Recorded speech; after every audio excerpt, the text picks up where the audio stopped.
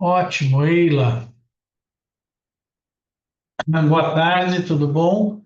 Vamos dar sequência à nossa reunião do Núcleo Avançado de Vascular e Endovascular do Hospital Sírio-Libanês. E hoje, para quem está entrando a primeira vez, só para contar, essa é uma reunião que acontece sempre na última quarta-feira do mês, uma reunião aberta. Quem tiver temas que quiser sugerir ou quiser apresentar alguma coisa, vai ser sempre muito bem-vindo. A gente aceita todas as sugestões. E hoje a gente vai conversar um pouquinho sobre a preservação da artéria hipogástrica no tratamento dos aneurismas. Eu pedi para o Marcos, né? O Marcos Cury é um colega nosso muito experiente, muito hábil do ponto de vista técnico. É um colega que exerce a atividade bastante no servidor, é doutorado pela Faculdade de Medicina da USP, é membro titular da nossa Sociedade da Sobrice, quer dizer, credenciais não lhe faltam para dar essa aula. Mas eu pedi porque eu acho que tem algumas coisas novas acontecendo, e aí o nosso convite foi para a gente começar a discutir isso. Fora a didática excepcional, a gente vai ver isso agora. Então, Marcos, por favor, será que ele caiu ou ele está conosco? Ixi, acho que ele caiu. Vamos aguardar um minutinho.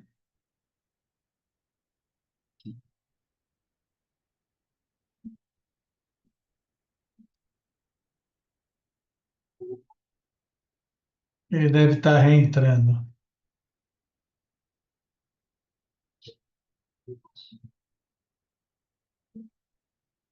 Vou aqui fazer a minha homenagem ao Dr. Álvaro Razul, no Encontro à Horta, que foi excepcional. Infelizmente, ele bateu com o CISP, a gente teve que se dividir ao meio aí para poder aproveitar um pouquinho de cada. Parabéns, Álvaro. Já faça, por favor, a chamada para o próximo ano. E o bom, André, obrigado, André, obrigado pelo elogio, obrigado por ter ido. Acho que sua presença foi muito importante lá, né? Compartilhar a experiência numa mesa que só tinha feras, né? Só tinha e a gente estava lá com os maiores cirurgiões de aorta do mundo. Ano que vem a gente tomou o cuidado de não coincidir com nenhum outro evento, então a gente está bem separado do CISP, a gente está longe de qualquer outro evento, então 14 a 16 de maio de 2026 será em São Paulo. Espero todos vocês. Obrigado, André. Que bom. O, o, o Marcos teve uma queda de energia onde ele está. Eu estou vendo se ele consegue reconectar, porque perdeu o sinal de Wi-Fi. Se ele não conseguir, eu pedi para ele me mandar a aula, ele entra pelo celular e eu vou passando os slides aqui. Vamos ver.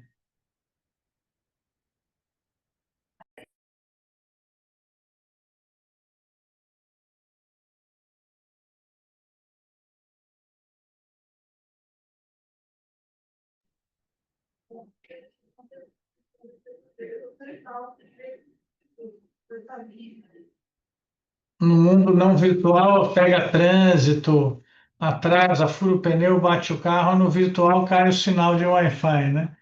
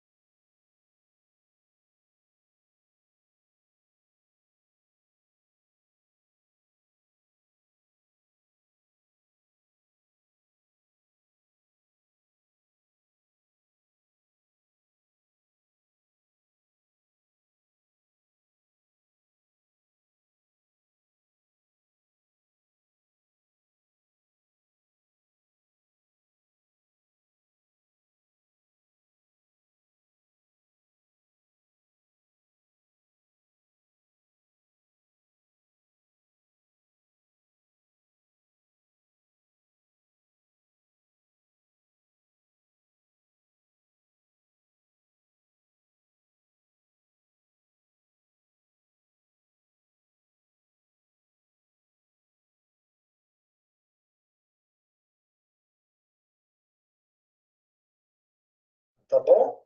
Ok. Então, pessoal, eu acho que ele realmente está com um problema lá de energia elétrica que oscilou, mas ah, vamos. O Roberto está conosco. Vamos puxar um pouquinho para a discussão enquanto ele não entra, só para a gente não ficar parado.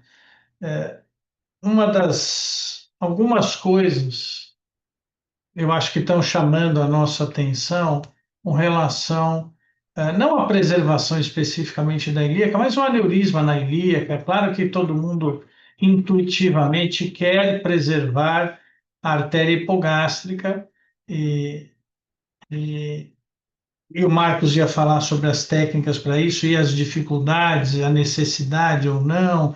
Vai falar, se Deus quiser, estamos esperando. Mas um dos tópicos que a gente queria tocar, um dos tópicos que a gente queria tocar é isquemia intestinal. Ah, o Sim, Marcos aqui. Tá acho que agora mudo, tá mudo. tá mudo?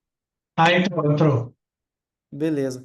Me desculpem, mas a gente teve uma oscilação de energia aqui e o sinal acabou totalmente, mas agora acho que vai.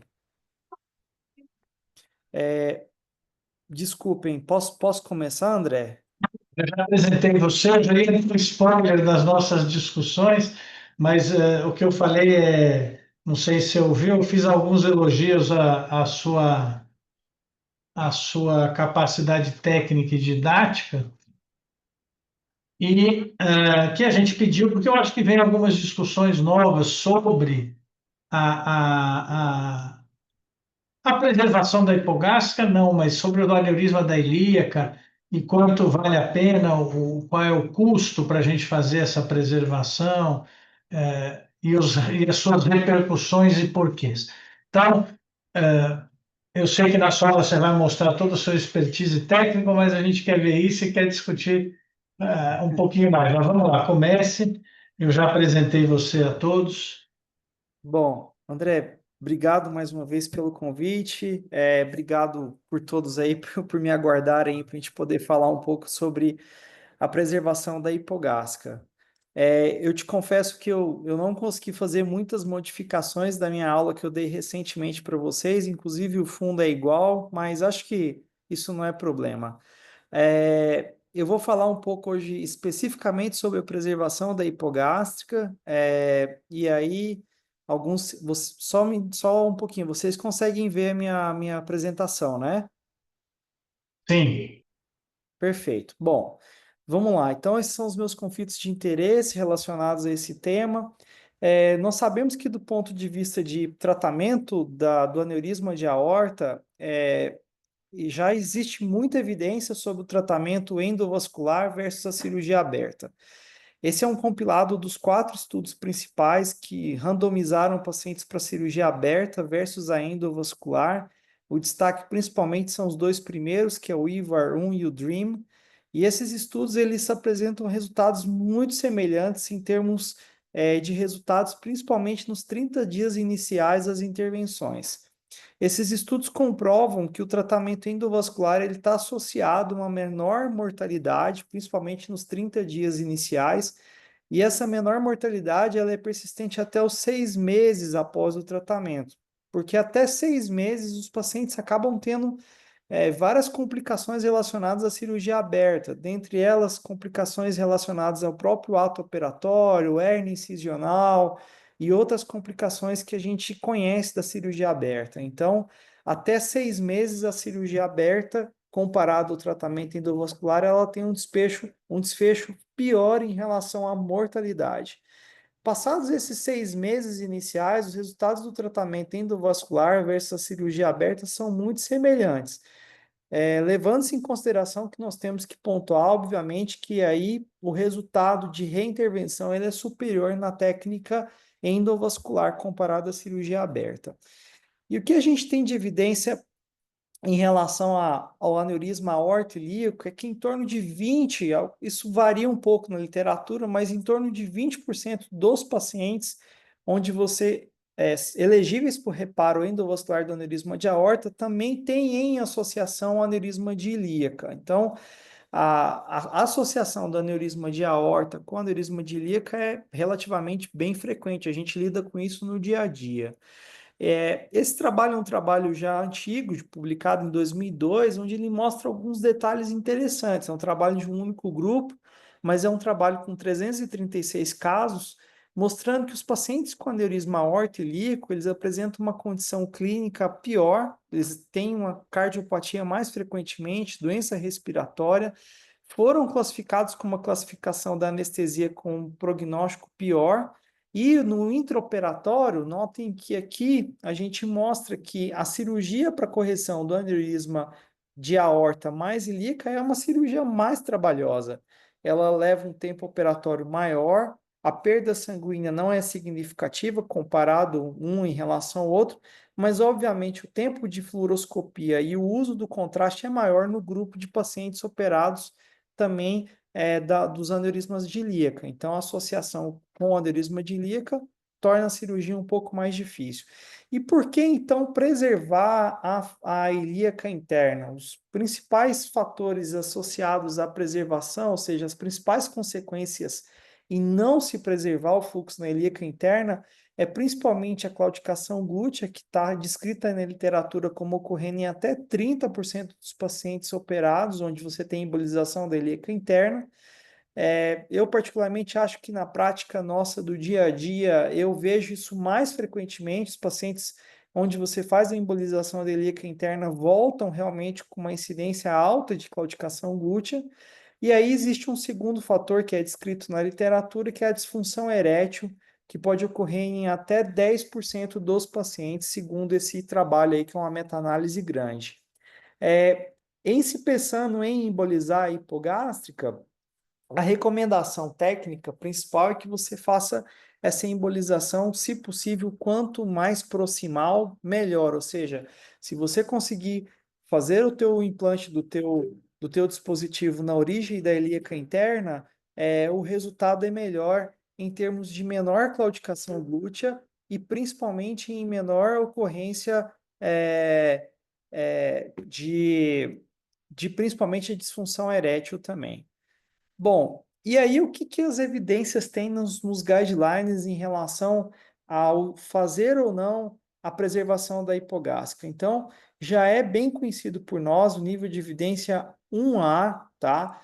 Que a preservação da hipogástrica, do fluxo em pelo menos em uma das hipogástricas é recomendado, tanto no guideline europeu como no norte-americano, com diferenças aí, pequenas diferenças em relação à evidência, mas é um nível de evidência 1A, de modo geral, onde esses guidelines recomendam que você tem que realmente preservar o fluxo em pelo menos uma das hipogástricas. E em se pensando, não sendo factível o tratamento de preservação da hipogástrica, que você faça a embolização estagiada. O que significa isso? Você emboliza uma hipogástrica no primeiro tempo, aguarda entre 2 a 3 semanas e aí no segundo tempo faz a embolização da hipogástrica contralateral e aí faz a cobertura dela. Essa é a recomendação também com nível de evidência 1A. Então, recomendação 1A, vai fazer o tratamento aorto-ilíaco, que se faça a preservação de pelo menos uma das hipogástricas e na impossibilidade de preservar o fluxo nas hipogástricas, que se faça a embolização estagiada, ou seja, com intervalo entre um e outro. Os trabalhos mostram uma diferença muito grande em relação à incidência de claudicação glútea e de disfunção erétil. Obviamente, a técnica que você usa para fazer a embolização vai de encontro isso. Encontra isso. Quando você faz uma embolização super seletiva, com embolização de mais ramos, principalmente relacionados com a comunicação entre os troncos anterior e posterior, a incidência da claudicação ela é maior e da disfunção erétil também. Então, há uma divergência, uma variação muito grande na literatura quanto à disfunção erétil e à claudicação glútea.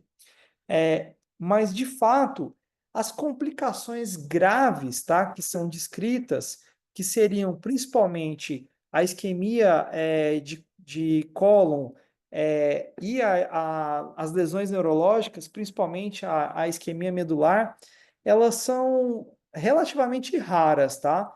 Nas embolizações, mesmo quando você tem que fazer bilateral. Então, o próprio guideline ele mostra que a incidência dessas complicações ela é relativamente rara. Bom, e por que preservar e como preservar? Então, primeiro, eu acho que fundamental para a gente pensar em preservar, a gente conhecer essa anatomia. A anatomia da artéria hipogástrica, ela não é muito bem conhecida ou bem estudada, principalmente por nós cirurgiões vasculares, mas o conhecimento dessa anatomia eu julgo como sendo muito importante, né? É, o principal tipo, né, de variação anatômica em relação a essa ilíaca interna é o tipo 1, que vocês notam aqui, que na verdade, basicamente, seria exatamente o que eu vou dizer. Você tem dois troncos, um tronco anterior e o posterior. Do tronco posterior, que é o mais calibroso, a principal artéria seria a glútea superior. Ela é, de modo geral, presente no tronco posterior. E no tronco anterior, a gente teria principalmente os ramos de perfusão pélvica. Aqui uma angiografia mostrando em ambas as na mesma incidência como é que a gente avalia isso. Então, aqui no oblíquo anterior, eu estou visibilizando a hipogástrica direita.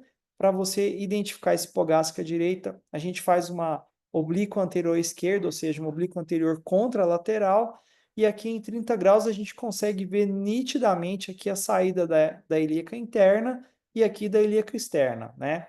Quando você está estudando especificamente os troncos anterior e posterior da hipogástrica, aí a incidência geográfica utilizada é o contrário. Então, para uma hipogástrica esquerda, a gente faz uma oblíqua anterior esquerda 45 graus. Então, notem que há uma diferença para se analisar a bifurcação da ilíaca e a bifurcação da artéria hipogástrica. Então, nessa incidência de oblíqua anterior esquerda 45 graus, eu consigo ver aqui nitidamente o tronco posterior, que é esse mais calibroso, e o tronco anterior. Aqui bem nítido, né? Tronco, a ilíaca interna, a ilíaca externa saindo por trás, e aqui exatamente os troncos posterior e anterior da artéria hipogástrica.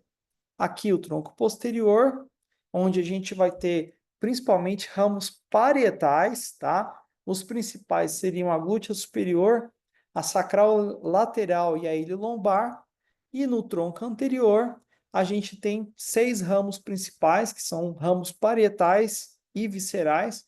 Os ramos viscerais são a vesical superior, a vesical inferior, a pudenda interna.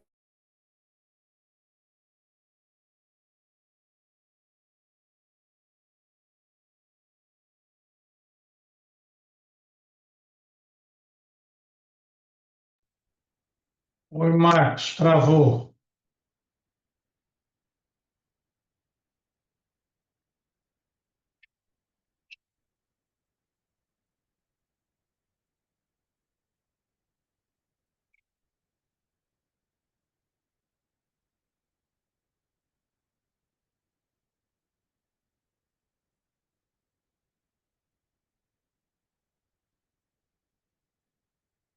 Oi, pessoal, acho que a gente está aqui meio travado nesse slide. Agora perdemos.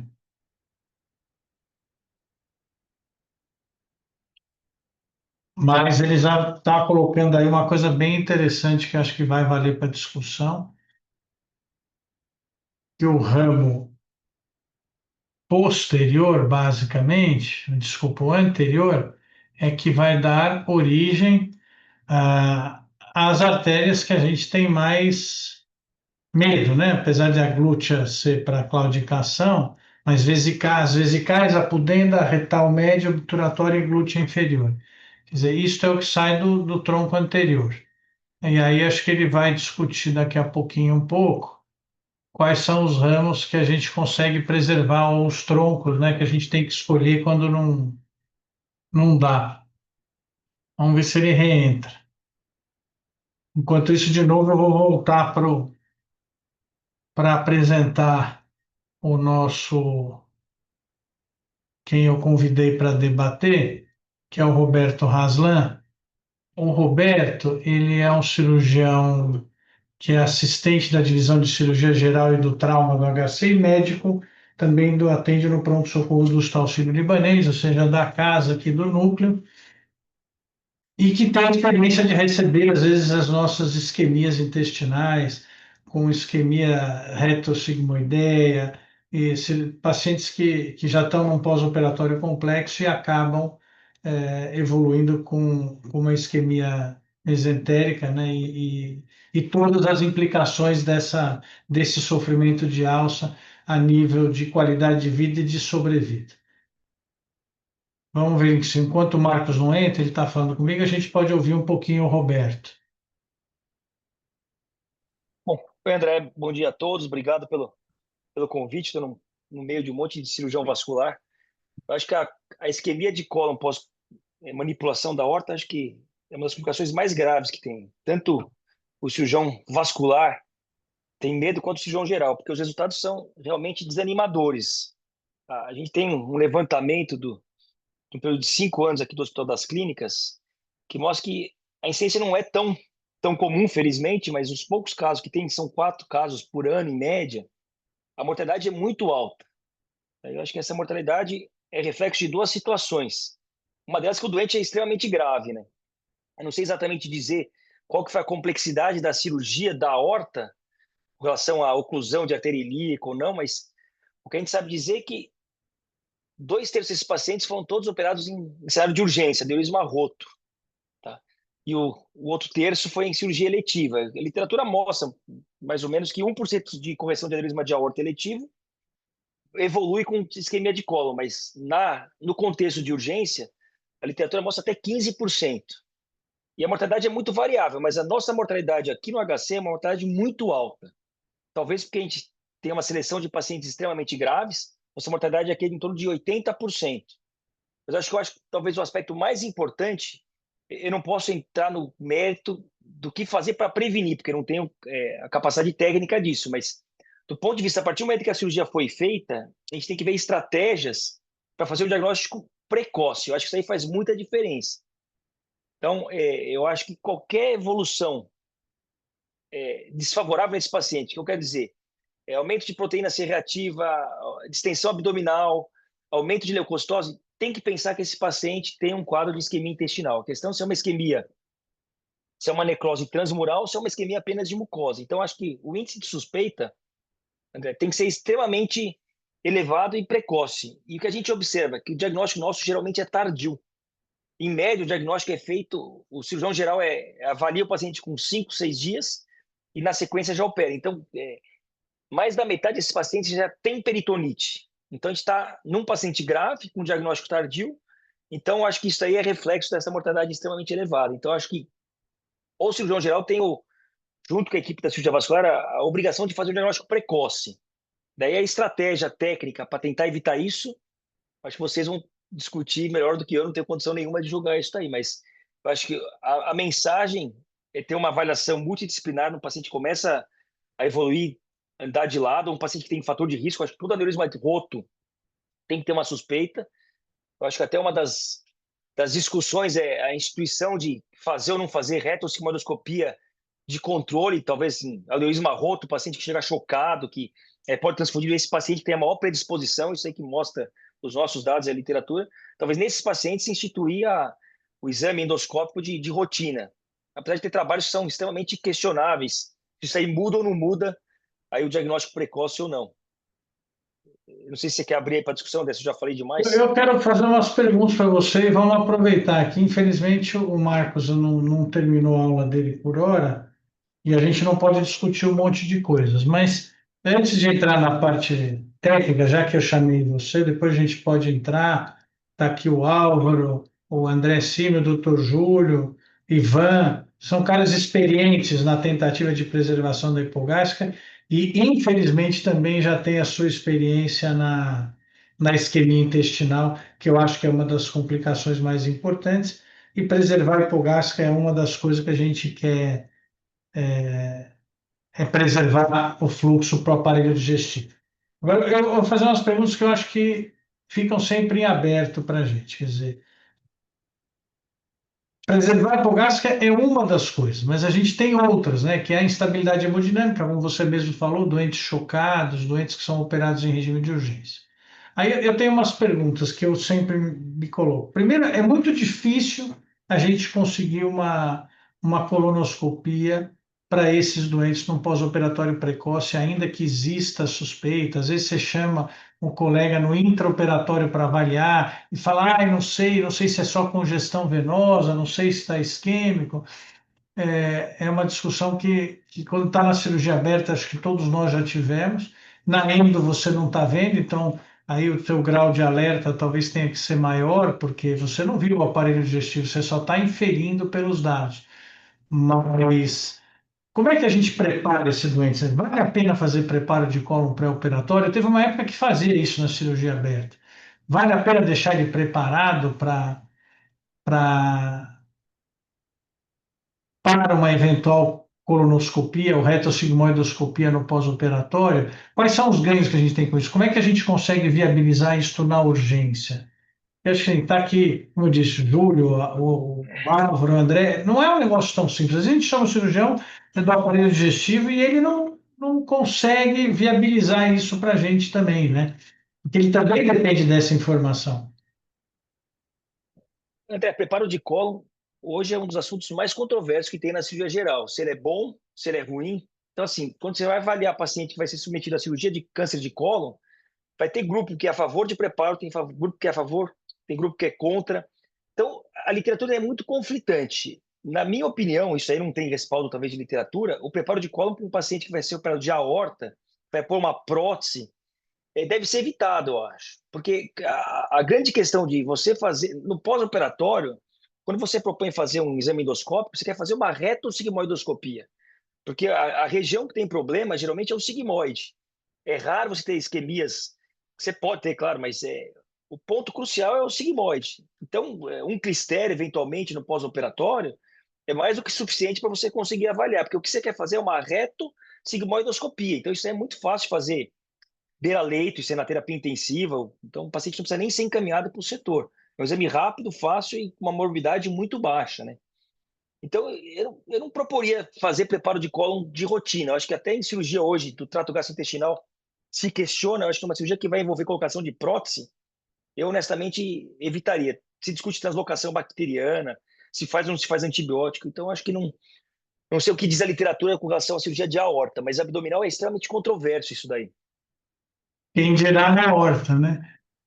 Não sei se o doutor Júlio quer comentar, né? Teve uma época que a gente fazia preparo desses doentes para cirurgia aberta. Ou o Álvaro quer comentar? O Júlio entrou aqui conosco. Enquanto o Marcos Cury se reapruma, que acho que ele conseguiu entrar. Doutor Júlio, tá mudo, tá mudo. Pronto, desculpa. Boa tarde.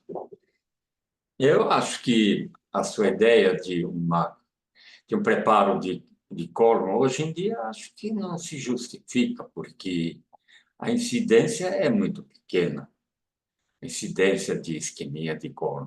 E você imagina um preparo de cólon num paciente que entra para operar um aneurisma, no eletivo, né? No roto, então, nem se fala, porque aí tem que correr o risco, que é pequeno, né? É um risco pequeno de isquemia.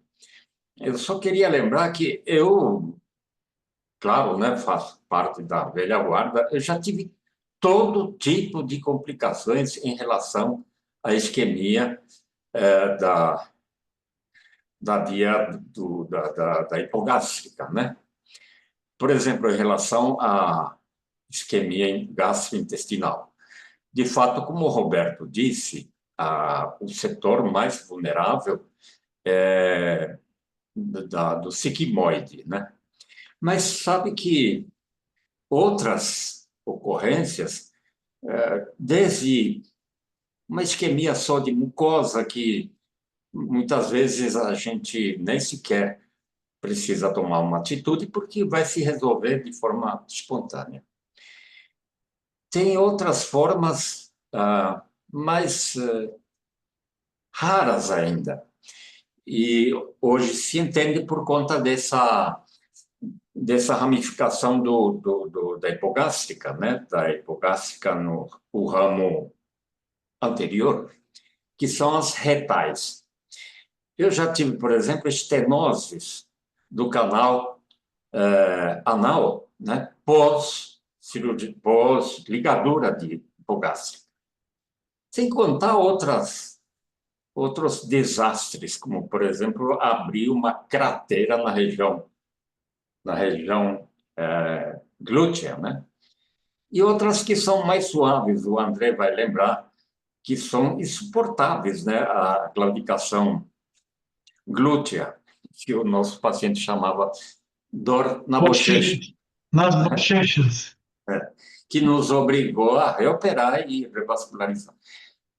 E então, como todo mundo imagina, acho que o sentido de preservar de qualquer maneira, seja por cirurgia aberta ou hoje em dia, né, através da revascularização, da preservação, isso é uma coisa absolutamente bem estabelecida, né, para todos e cada um de nós. Oi, Mar. André, tá difícil, estou lidando aqui com questões climáticas aqui. Ressuscitou. Nossa senhora, tá muito, ventando muito, acabou a energia no hospital. Vamos lá. De qualquer coisa, manda sua aula para mim que eu guardo dela aqui, qualquer coisa eu passo. Mas a gente começou a conversar um pouquinho sobre isquemia intestinal, preparo de cólon. O Roberto Ah, deu o parecer dele, mas ainda não relacionamos com a parte anatômica, correlacionamos muito mais com a parte de urgência e de instabilidade hemodinâmica e outras variáveis, porque é sempre mais frequente no roto. Agora, se você quiser retomar e depois a gente volta para a discussão. não, vamos lá. Eu acompanhei o professor Júlio aí comentando sobre quais as táticas para a gente revascularizar. Então, vamos continuar nesse sentido aí. É, eu, eu vou colocar aqui, não sei se se vocês chegaram a ver esse slide, não, né? Sim. Sim, bom, perfeito. Travou aí. Então, perfeito. Então, o que a gente precisa da anatomia da hipogástrica, o que a gente precisa conhecer é exatamente isso aqui, essa divisão dela aqui, o tronco posterior, que é o mais calibroso, que é a artéria glútea superior. Aqui a gente vê uma artéria lombar saindo, e o tronco anterior. Esse tronco posterior da hipogástrica, ele tem basicamente ramos parietais, tá? Esses ramos parietais, os principais são a glútea superior, a sacral lateral e a artéria lombar. E o tronco anterior, ele tem ramos parietais e viscerais, né? É um questionamento que muitas vezes a gente lida no dia a dia. Poxa, mas você vai precisar preservar a hipogástrica num aneurisma de ilíaca interna, por exemplo. Qual dos ramos preservar? Em teoria, o mais lógico seria que a gente preservasse o tronco anterior, porque você tem principalmente grande parte dele perfundindo ramos viscerais. Contudo, de modo geral, o tronco posterior ele tem maiores anastomose e maior comunicação com esses troncos anteriores também. E de modo geral, ele é um tronco mais calibroso. Então, de modo geral, quando a gente vai selecionar uma das artérias para implantar uma endoprótese, a gente acaba colocando no tronco posterior. Isso não é uma regra, mas de modo geral, o tronco posterior ele é mais preservado, tanto de aneurisma quanto de aterosclerose. Ele tem uma ampla rede colateral, então, de modo geral, a gente acaba preservando o tronco posterior que também, convenhamos, é o que tem menor associação com a claudicação glútea, que tanto incomoda os pacientes que voltam, então, com queixas, né? Variações anatômicas são frequentes nessa região, né? Que a gente percebe um tronco anterior, que é a seta vermelha, o tronco posterior, a seta azul, e aqui uma artéria lombar, que frequentemente está associada à ocorrência de endolíquido tipo 2, saindo do tronco principal da artéria hipogástrica. Então, essas variações são importantes. Mas, de modo geral, quando precisamos embolizar, o recomendado é que a embolização seja feita principalmente no segmento proximal da artéria hipogástrica, quando ela tem uma extensão satisfatória, com o intuito de preservar principalmente essa comunicação, essa divisão entre o tronco anterior e o posterior, porque aí com a circulação colateral você teria uma ampla rede de comunicação entre os dois troncos. Essa seria a recomendação. Mas, de modo geral, isso não é muitas vezes aplicável a todos os casos. Nesse caso, o paciente tinha um aneurisma de ilíaca interna também, associado a um aneurisma de grande calibre, um aneurisma de ilíaca comum e de ilíaca interna bem calibroso. E aí, com o intuito de você tratar o aneurisma de ilíaca interna, a gente precisou, então, fazer a embolização das vias de saída dessa ilíaca interna. Então, foi necessário embolizar os troncos anterior e posterior da hipogástrica. Cada vez mais, como todos sabem, a gente vem implantando endopróteses em extensões variadas, né? Então, desde a cobertura da aorta infrarrenal, mas também a cobertura na região próxima ao tronco celíaco e as coberturas extensas, como nesse caso aqui nesse segundo e no terceiro, onde a gente tem um aneurisma tóraco-abdominal tipo 2, né? Então, cobrindo a aorta desde a subclávia.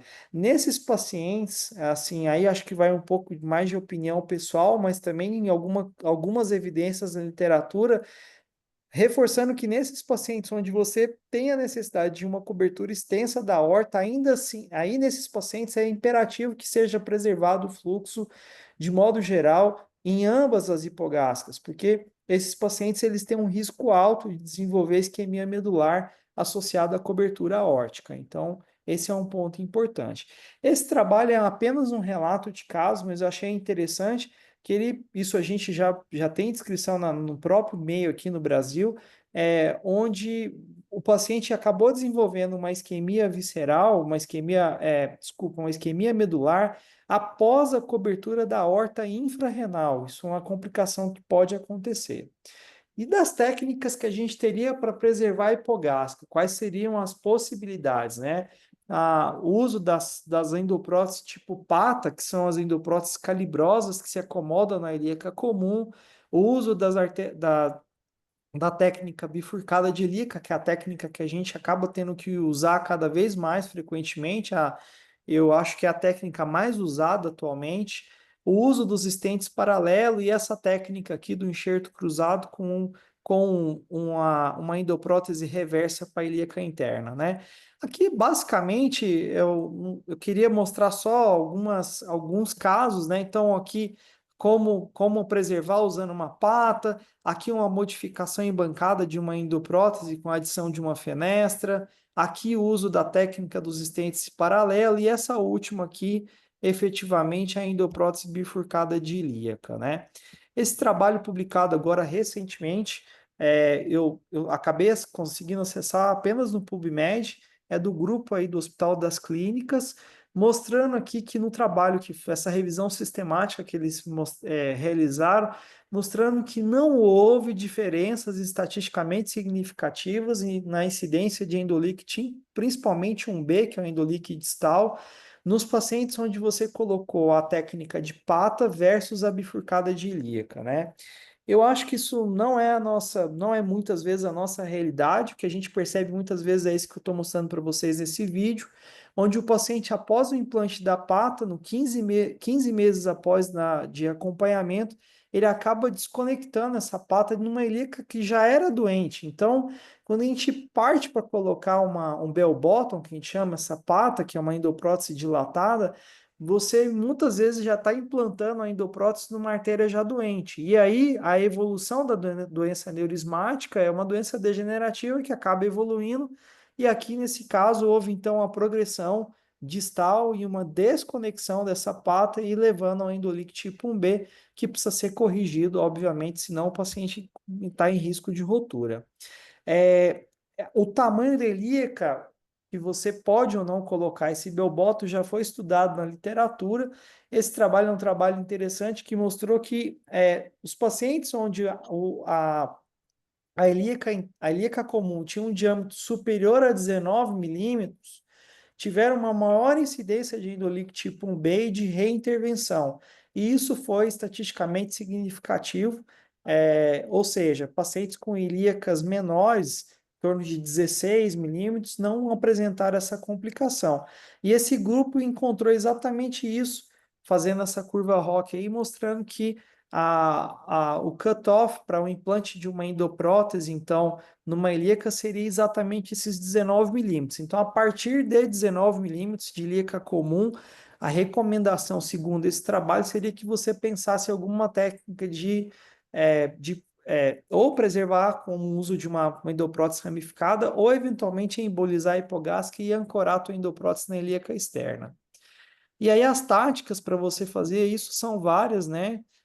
A gente tem aqui as endopróteses em paralelo, que envolve você colocar um stent na ilíaca interna, na externa, em paralelo.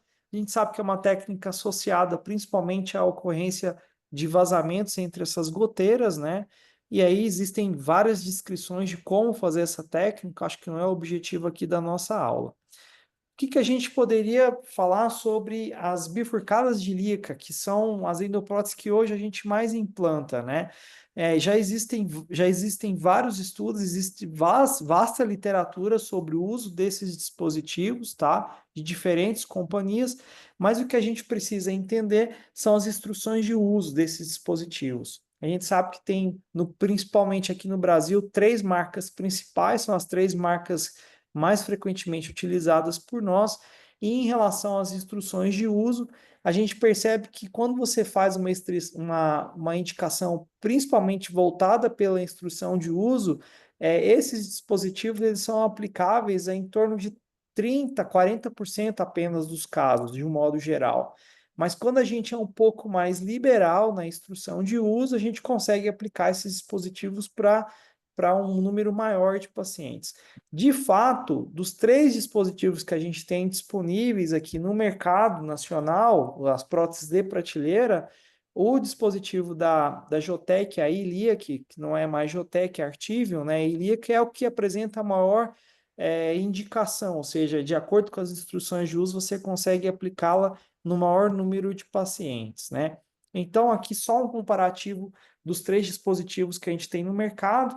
A mais clássica, a mais utilizada por nós, né, que mais tempo no mercado é a Zebis da Cook, né?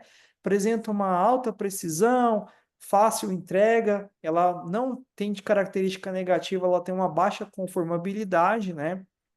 Ao passo que a IBI da Gore e a Artivion apresentam uma alta conformabilidade, mas que são dispositivos como a IBI mais difícil de você enquadrar na anatomia dos pacientes, né?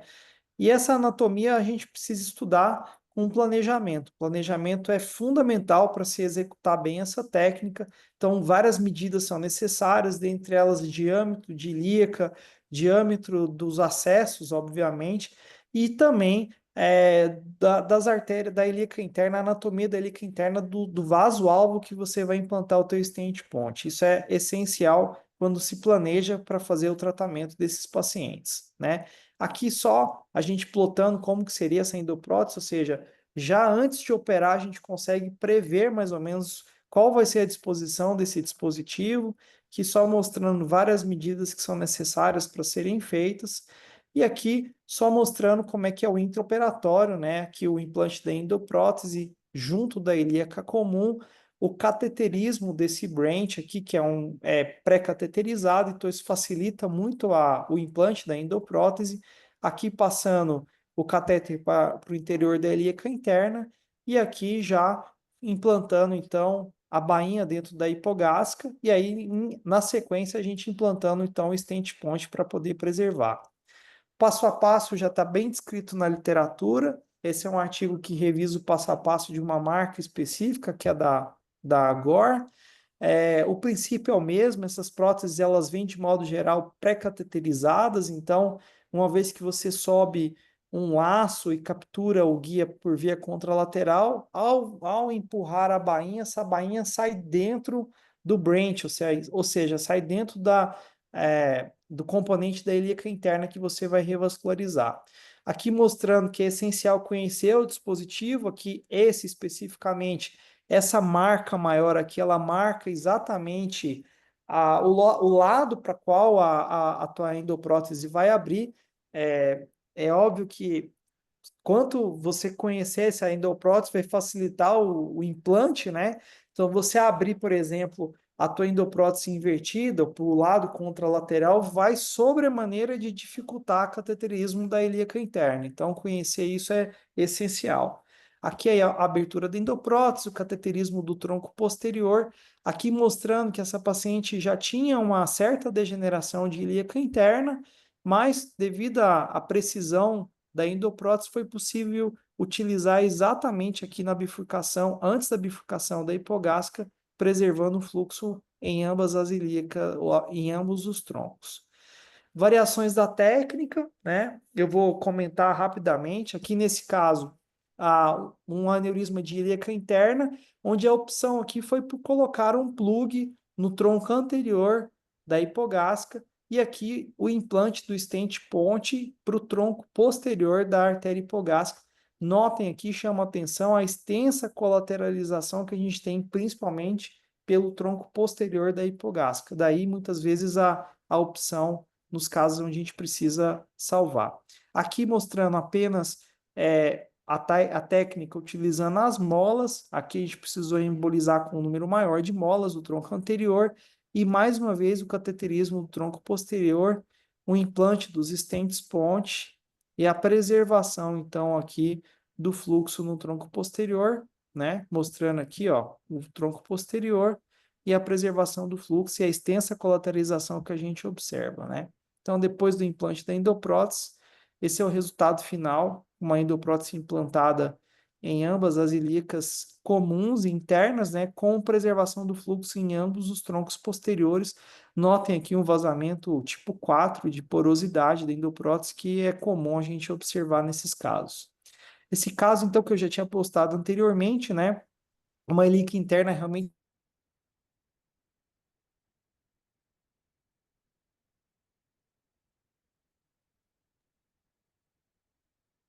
Bom, eu vou retomar aqui a discussão enquanto o Cury está travado.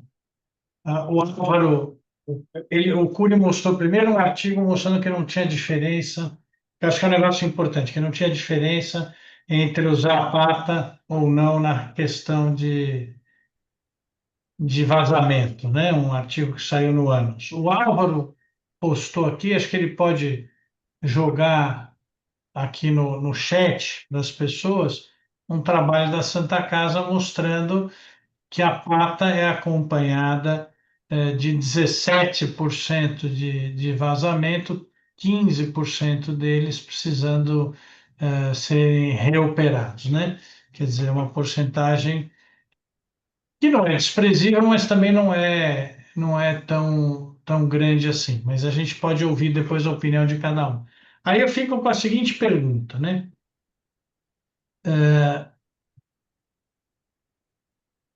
A pata, ela é muito mais simples, né? Hoje a gente tem pata até 28. Vamos ouvir a opinião de todos. A gente tem pata até 28. E a gente também tem estudos mostrando que os doentes operados de aneurisma de aorta endovascular, quando se precisa de próteses maiores do que 28, a chance desses doentes falharem a médio e longo prazo é enorme, né? Entre 28 e 31 é uma taxa que já é pelo menos o dobro, e acima de 31, 5 vezes mais. Mas se 28 é o cutoff da aorta, né? Usar uma pata 28 na ilíaca é convidativo? O Ivan acho que também estava acompanhando, se ele quiser comentar. Então, eu fico sempre me perguntando, a gente tem datas, preserva que preserva a hipogástrica. A bifurcada de ilíaca nem sempre é tão simples, acho que o Marcos estava mostrando algumas coisas técnicas. Então, eu fico me perguntando até onde a gente tem que ir na pata ou na bifurcada de ilíaca. Não sei, tá o Ivan que tem experiência, o Álvaro mostrou esse artigo. Eu vou jogar ele aqui no chat. Estão me ouvindo aí? Sim, Está acontecendo aqui. estamos ouvindo, Ivan. Não sei, tem alguma música ligada aqui, não sei o que é isso. Eu não sei onde você está, né? Não, pior que eu não estou na boate nem nada. Pera aí. Quer comentar alguma coisa, Álvaro? Bom, boa tarde de novo. André, eu a gente teve uma sessão dessa lá no Aorta, né, discutindo, e a gente tem esse artigo aí numa época que a gente era muito liberal no uso do bell bottom, tá?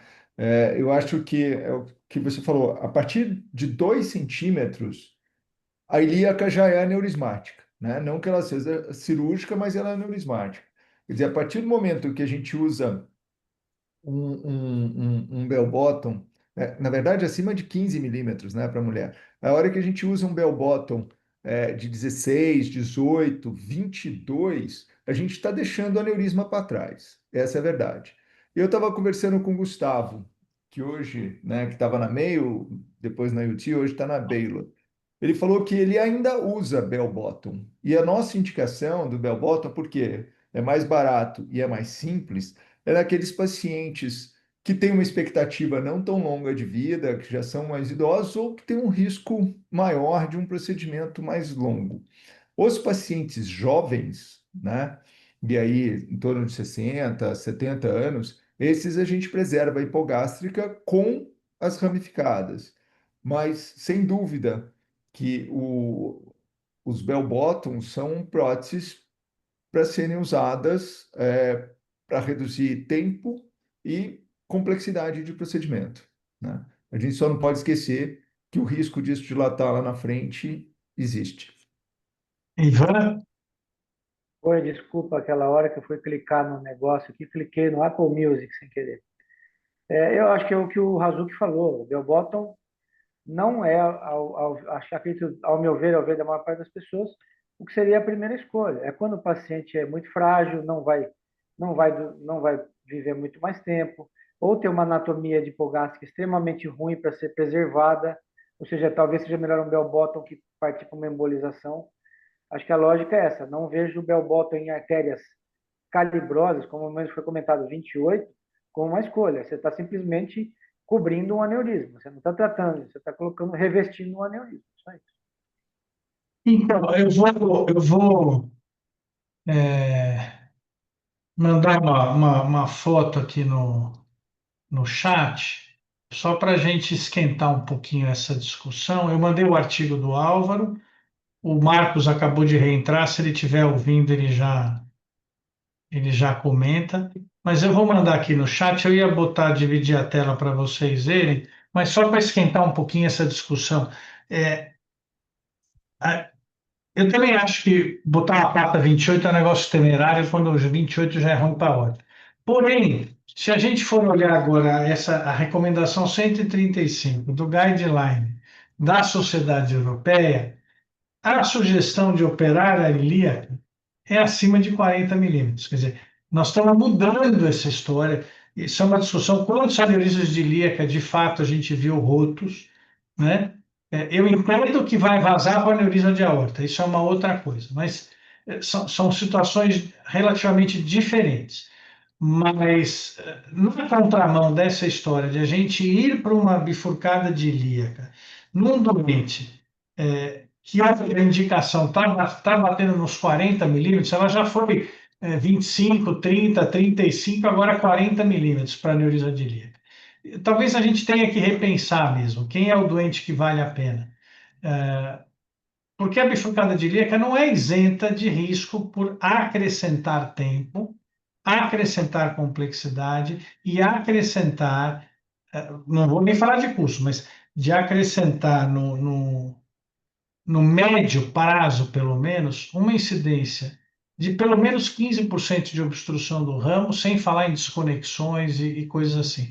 Isto quando a gente usa no IFU, né, na Indications for Use. Porque se a gente começar a usar, como o Marcos estava mostrando, para o aneurisma de hipogástrica, porque elas foram desenhadas para o aneurisma de ilíaca, né? Onde eu não consigo, aneurisma de aorta, onde eu não consigo apoiar na ilíaca.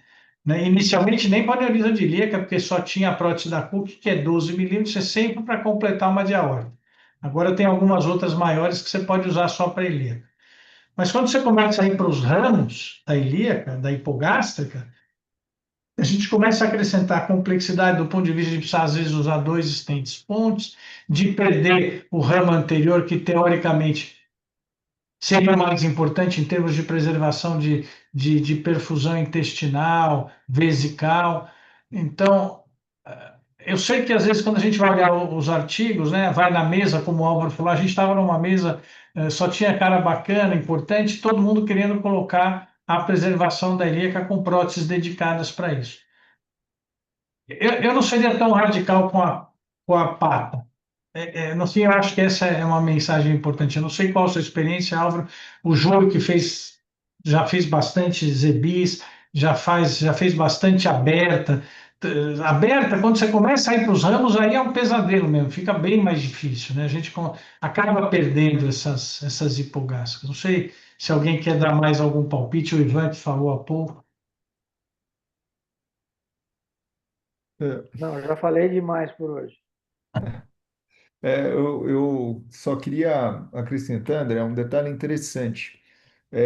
Eu não sei da Artivion, talvez o Marquinhos consiga esclarecer, mas se a gente for para as instruções de uso, na hora que a gente está falando, essas próteses podem ser colocadas em aneurisma isolado, se a gente for na instrução de uso da Cook e da Gore, não está, eles indicam fazer o componente abdominal, de aorta junto, ou seja, eles não indicam o uso dessas próteses para aneurismas de ilíaca isolados sem o componente aórtico. Da Artivion, eu não sei que eu não tenho experiência.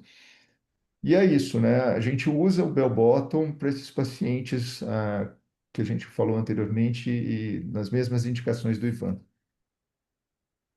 Bom, não sei se tá difícil, não sei se vocês conseguiram acompanhar muito da aula, já estava terminando.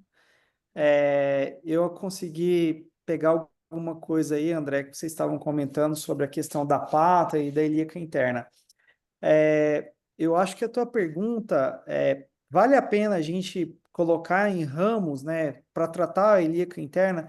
Eu queria deixar claro que isso é principalmente para quando você vai fazer em conjunto com o tratamento do aneurisma de aorta, né? Então, é, eu acho que os dispositivos, de modo geral, eles não são dedicados exclusivamente para você tratar a ilíaca interna, o aneurisma da ilíaca interna, né? Então, concordo com você que a indicação de você tratar o aneurisma de ilíaca interna, cada vez... Eu já vi aneurisma de ilíaca interna roto, tá? Não sei se alguém, se provavelmente muitos já viram, ele rompe também, então aneurismas de ilíaca interna grandes, a minha tendência realmente é embolizar, é tratar esses aneurismas, tá?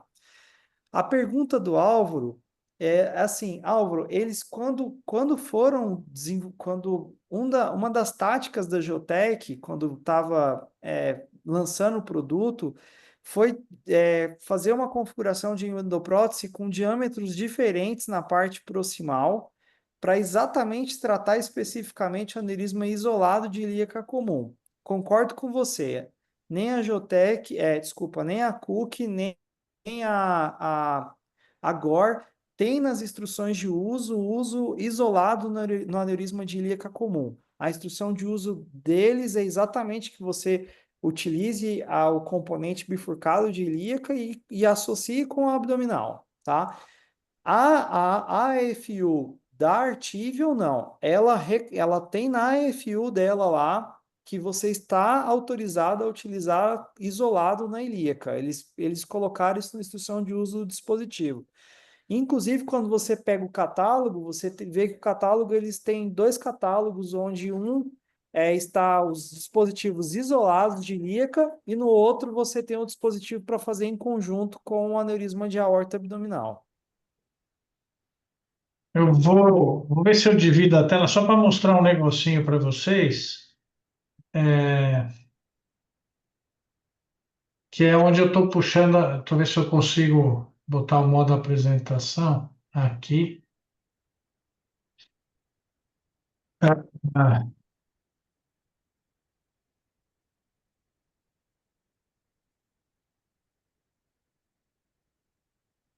não sei se foi. Então, aqui só para a gente ver a recomendação da sociedade, o guideline da Sociedade Europeia para os 40 milímetros. Eu acho que é uma coisa que chama atenção a gente, que realmente é importante a gente pesar como é que a gente vai corrigir, para que a gente não faça esforços demasiados, como eu disse, não é isento de desconexão, não é isento de vazamento, não é porque é uma bifurcada de ilíaca que o sucesso está garantido, né? A gente tem isso também. Não sei qual é a incidência de vocês, mas na literatura é pelo menos 15% de oclusão do ramo. Então, essa era uma coisa. E a outra coisa é que eu peguei o gancho do Marcos. Deixa eu ver se isso aqui anda. Espera aí. Aqui. Né? A gente vai procurar fotografar a tela só para pegar no seu pé. A gente vai geralmente preservar o ramo mais grosso, que é o posterior. E eu, de fato, quando convidei o Roberto Raslan, tenho muito mais medo da isquemia de cólon e vesical do que da de glúteo. Acho que todos nós já vimos uma isquemia grave de aparelho digestivo e a sobrevida sempre guarda uma reserva, né? Isso aí muitas vezes vai mal, talvez pelo reconhecimento tardio, pela atitude tardia. Como eu disse, na época da cirurgia aberta, a gente viu o cólon, vimos algumas colostomias bem precoces, né? Mas hoje acaba postergando isso. Acho que é isso que o Roberto está vendo, né? Que quando a gente tem isquemia do cólon, acaba pegando meio tardio e aí a sobrevida é muito ruim. Não sei se você quer comentar. Mas o fato é que a gente está preservando o ramo posterior e não o anterior, né? Quando a gente tem que escolher. Eu tenho um pouco. É outra coisa que eu me pergunto. E como eu falei, só para aproveitar que eu estava dividindo a tela, daí eu saio, não é que a isquemia de glúteo é inocente, né? A gente, quem já teve uma coisa dessas, eu acho que sabe o que isso aqui pode ser catastrófico, né? Mesmo sem isquemia de cólon, acaba na colostomia do mesmo jeito. Mas vamos lá, só para a gente poder fechar aí. Não sei se alguém tem mais algum comentário. O comentário, André, que eu iria fazer é o seguinte: a gente acaba preservando o tronco posterior porque ele é mais calibroso, tá? Então, os stents ponte, eles, obviamente, vai estar colocando numa artéria mais calibrosa, então o resultado vai ser melhor. Mas é descrito também que o tronco posterior ele tem uma ampla comunicação com o tronco anterior. Então, nos ramos distais você comunicaria. O ano passado, eu tive um caso assim que nunca tinha acontecido comigo. Eu tive uma isquemia de bexiga num paciente que eu embolizei o tronco anterior e coloquei uma endoprótese para o tronco posterior. E ele fez uma lesão na bexiga e acabou tendo que fazer uma cirurgia. E foi difícil, foi extremamente difícil de controlar esse paciente no sentido do Ale? pós-operatório, porque ele teve uma complicação grave, uma isquemia de bexiga, né? Então, com perfuração, inclusive. Doutor Então, Júlio. esse era o comentário que eu queria fazer em relação ao tronco posterior. Júlio, É.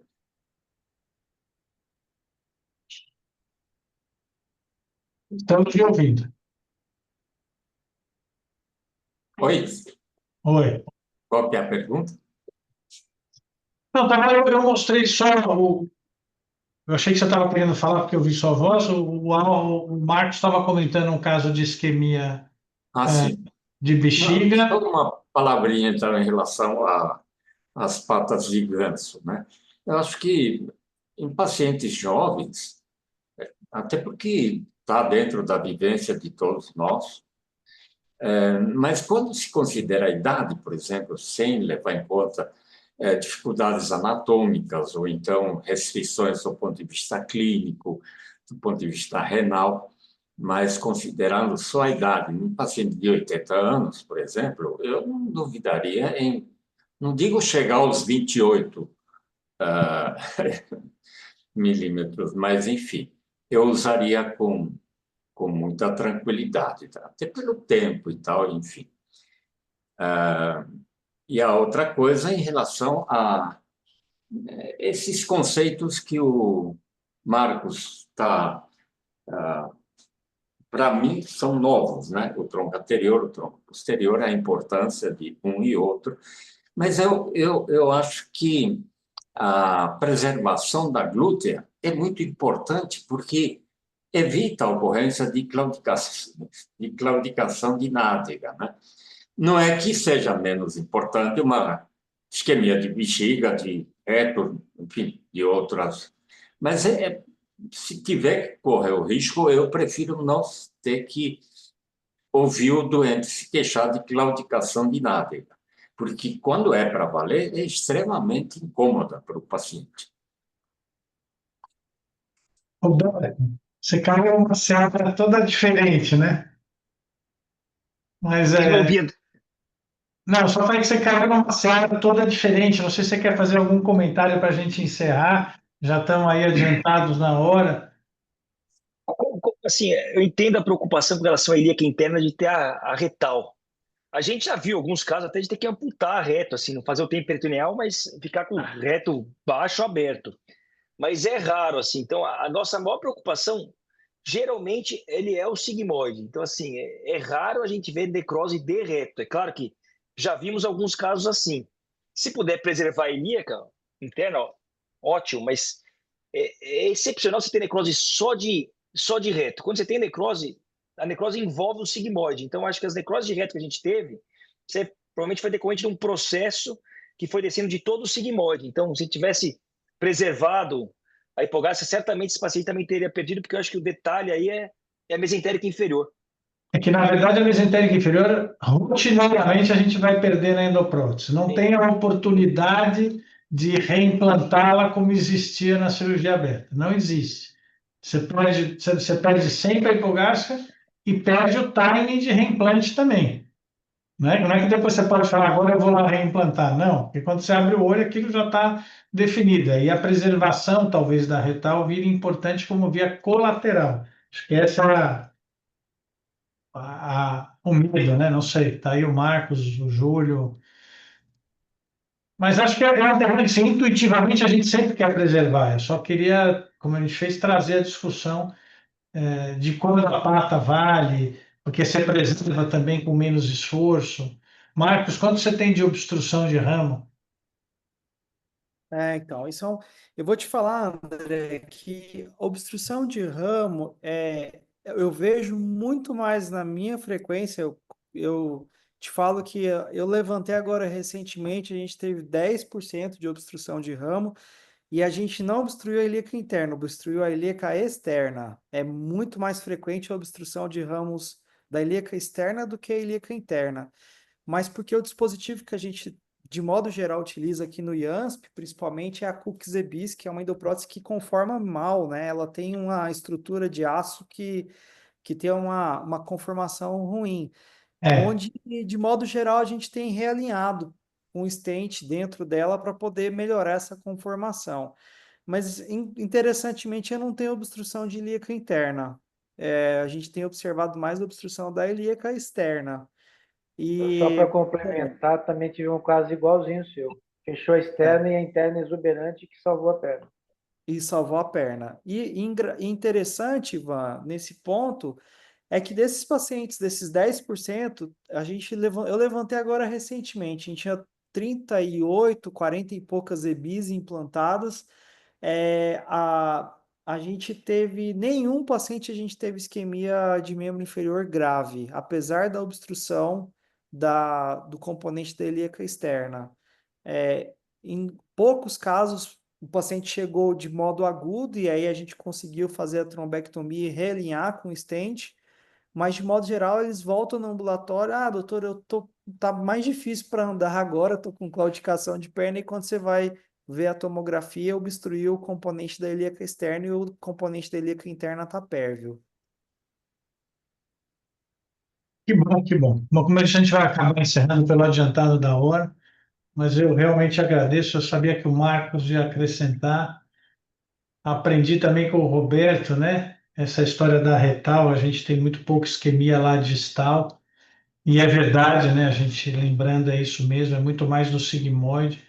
E talvez seja muito mais sistêmico o problema do que anatômico, né? Eu acho que passa por aí. Ele vira um problema anatômico quando a gente está corrigindo extensões muito grandes da aorta, e aí você quer preservar a circulação medular, né? Todas as vias colaterais, mais do que exatamente a hipogástrica. Mas, de qualquer forma, eu queria agradecer, lembrar que a reunião do núcleo é sempre na última quarta-feira do mês, reunião aberta para quem quiser trazer casos, sugerir, mesmo que não queira trazer, sugerir casos, temas, a gente vai deixando sempre isso aberto. Tem um grupo do núcleo, é só mandar ali, que a gente tenta incorporar nos tópicos a serem discutidos. Queria agradecer de novo a participação de todos. Marcos, como sempre, uma boa aula. Roberto, muito obrigado. Obrigado ao Álvaro, Júlio, que deram sempre, o Ivan, palpites que ajudam muito a gente a pensar e se antecipar ao problema, porque ele inevitavelmente vai acontecer. Obrigado. Obrigado aí pelo convite, André. Pena que eu não consegui contribuir mais, mas obrigado pelo convite. Não, mas contribuiu. Acho que todo mundo conseguiu ver bastante coisa e essa consideração sobre a anatomia do ramo anterior e posterior ajuda muito o cirurgião vascular a pensar como é que a coisa funciona ali para baixo.